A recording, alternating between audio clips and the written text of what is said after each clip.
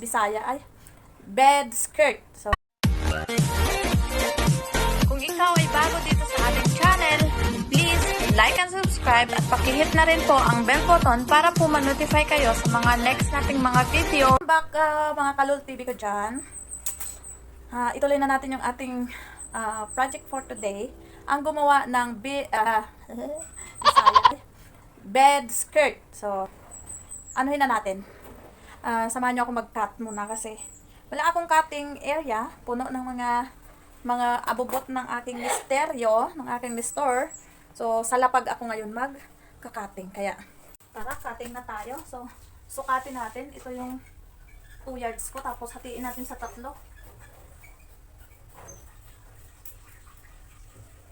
So, bali pumapatak siya na 24 inches or 2 feet. Tara, hilahin ko. Ayan. 2 feet or 24 inches ang bawat isa. Pero dapat to 30. Kasi kung 30 siya, sa bagay baka sobrang haba na nun. Sobrang taas na sa ano namin. Ito kasi sinukat ko sa higaan namin. Ito sakto. Tapos parang hindi siya sayad sa flooring. May ganyan pa.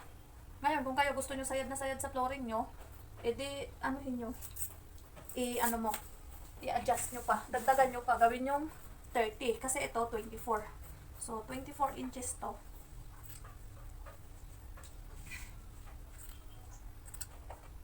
Ay, nangyari.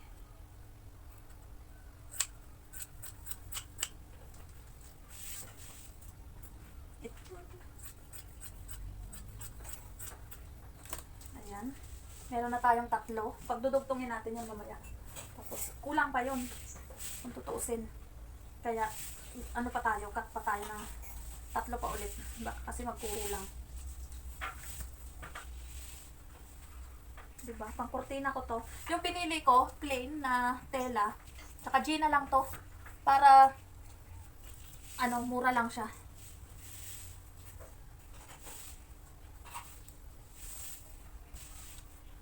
Diba? Ganyan lang po para pantay ang cut nyo. Basta ito 2 yards. Tapos hinati ko sa 3. Ang pinalabasan, 24 inches. Bawat, bawat putol. Tapos na natin. May 6 na tayo. So, tahiin na natin.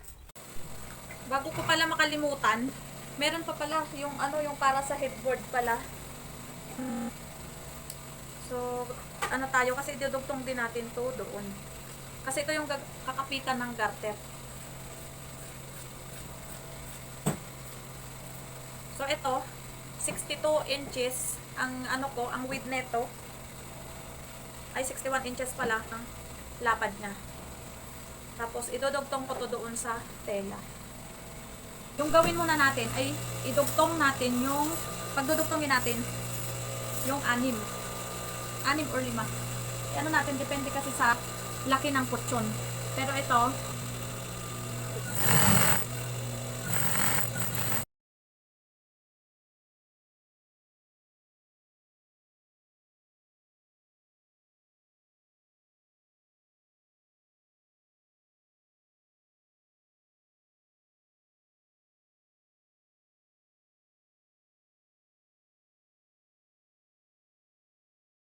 bedsheet na iba-iba ang kulay. Pwede nyo pong i-stain nyo yung skirt. Basta white color po. Ito pink. So, pwede ito sa white na bedsheet. At saka, basta yung malapit-lapit sa mga ganito ang kulay. Kasi plain lang naman.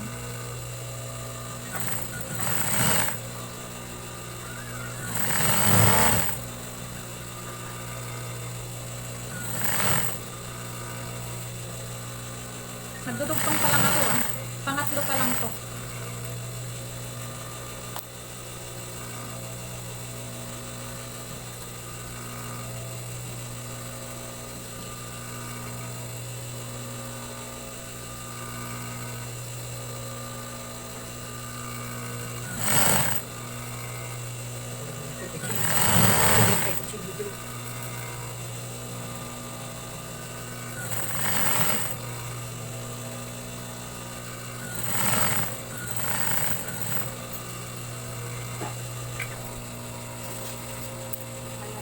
edgingan ko muna to. Itong side. Itong ilalim at ang kanyang itaas. Kasi di ba dapat nakaganito to? Ito siya nakapatayo. Ano ba yan? Hindi nyo makita.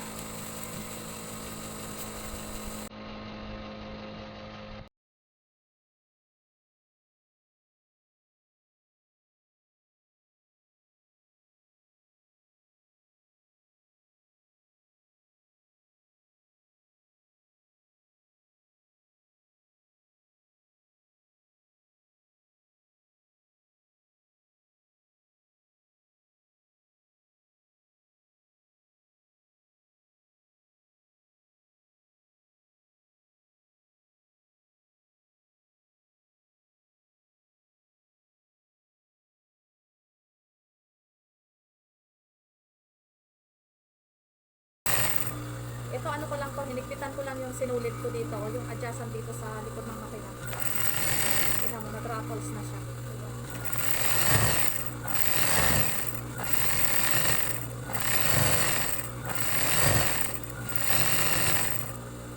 Hanggang sa matapos ko ito dito, doon sa ano.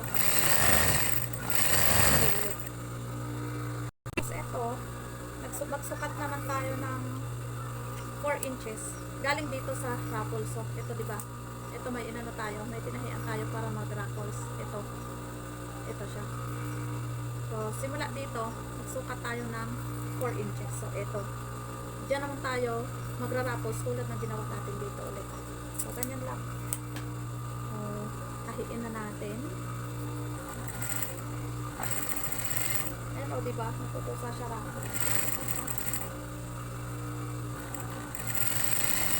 Pag nahirapan kayo, gawin nyo, mag-ano kayo ng ano, ng gutitan nyo yung malapit kung hindi tansyado yung 4 inches.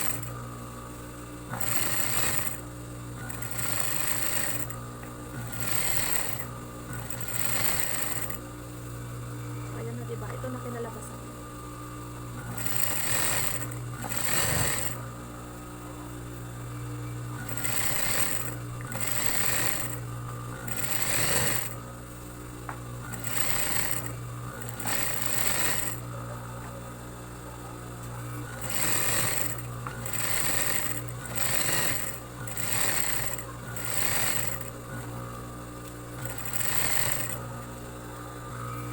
Tapos na natin to siya. Ayan na itsura niya. So, ito naman ang ano.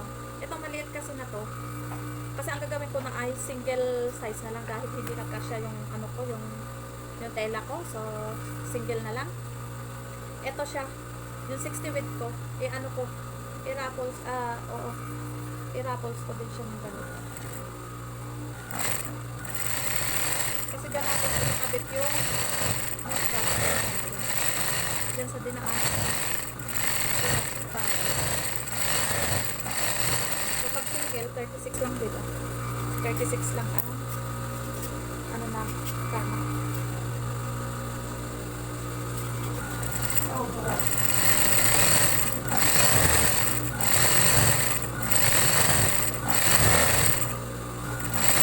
Ito pinabila ko.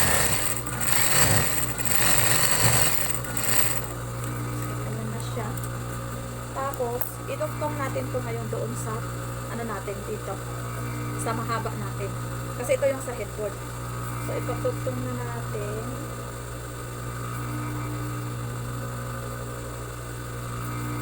Siyempre, yung kaayusan ay sa kaayusan. Ganito na natin.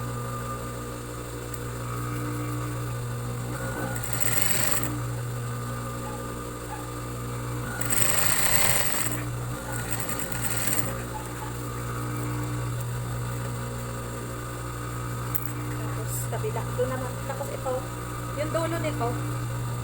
Itong dulo nito. Ay, baliktad pa yata. Ay, ito lang. Baliktad. Ito yung kabila naman. I-ano naman natin. Diba? Ito yung kabilang dulo. Pagtugtong natin. Tapos yung sa single, kasi single na ang gagawin ko at kulang ang materialis ko pala. Kinuha ko yung sukat ay hindi kasya. Dahil sabi ko nga, pag sharing ay kaya raffles ay ma-gastos tela. So, ang ginawa ko doon para makuha ko yung sukat nitong mga to ay 75 75 plus 75 yung bawat gilid, kanan at kaliwa ay equals 150. Tapos yung lapad ng bed mo, kung ito single to, so 36. So, kailangan mo ng plus 36. 150 plus 36, 186 na po. Diba? 186, ang haba po, yung ano, lahat po ng ganito ko. Itong mahaba po na ganito. Ito. Tapos, ito naman po, ang sa maliit, ang bali ang ganito nito ay 36. Pero ang cut ko dito kanina ay 60. 60 ang cutting ko nito. 60 ang inches ang haba. Tapos, ang lapad ay 8 inches. Ngayon, ikakabit na, tapos pinagtugtong ko, ayan na oh, pinagtugtong ko. Tapos, ang gagawin natin dito ay, kung saan dito dumaan yung raffles, ay yung ano, itong sa pang-paraffles natin, ang sinulid natin, doon din natin ipapatong yung ating garter. So, ang garter ko, nagputol naman ako para alam ko kung tama o mali ang ginawa ko, ay 75 plus 75, 150 plus 36 po na ano ko po na unat yun ha, yung unat kasi unat natin ilalapat dito sa tela. So 36 plus 36, 186 na plus 36 pa po. So ilan na yun? 222 po ang haba ng garter na inunat ko na naunat na po yun kasi yun doon tayo magbabase ng kanyang garter. So, kung ano mo to, kung iyayarda mo siya ng hindi unat, teka lang ha, anuhin natin. Ay, isang yarda, dalawang yarda at kalahati po, kung hindi siya banat. So, yun po. So, ituloy na natin. Ang ano natin, di ba may calculator pa po. Lagay na natin yung garter natin. Isa na tayo. Dito tayo. Isa. Sa headboard. Sa headboard tayo. Ganito lang po. Dalawa din po na 2.5 yards na garter ang puputulin nyo. Kasi syempre, ano yan eh, kabilaan eh.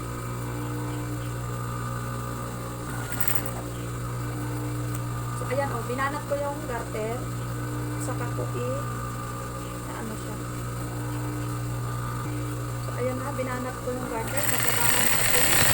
Siyempre may kasamang alalay na hila para hindi na sulitan nito. Lipat kong pwesto ng camera ko. Saglit. Ayan po. Tuloy-tuloy lang natin ito.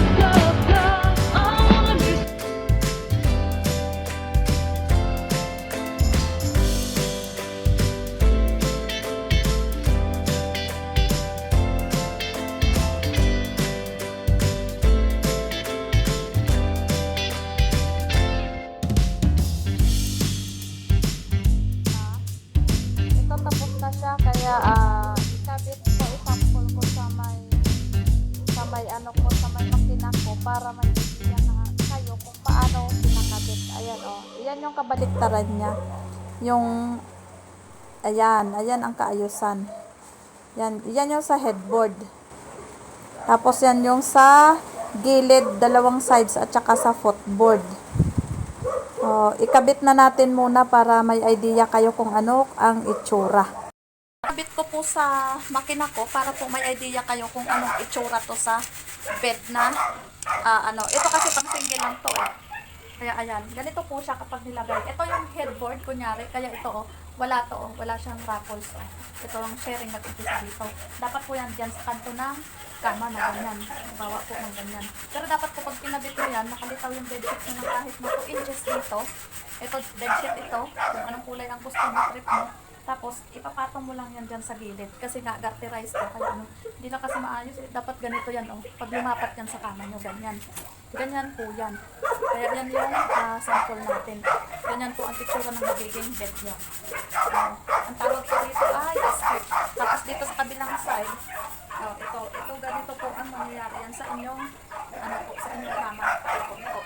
Simula doon sa headboard, hanggang sa paanan po sa footboard dito, paikot po ay ganito po. Ito pong tela na to ay, lang po to, Gina lang, kasi para mukha. Siyempre, pang vlog ko lang, kaya Pero kadalasan po talaga, ganito pong tela. O kaya yung mga malalambot na tela po ang ilagay nyo para hindi siya gusutin. Tapos medyo makapal ng konti. Yung tamang kapal lang po kasi pag sobrang kapal naman, pangit na rin tingnan, sobrang bigat po. Diba? Ito po kasi, kahit anong bedsheet yung po na kulay, ay po pwede. Maging white, blue, Basta ito po ang gawin nyo ay puti po para bagay sa, sa ibang mga bedsheet. So, yun lang po. Bye-bye. Sana ay may natutunan na naman kayo sa akin. Nalosyang ako dito sa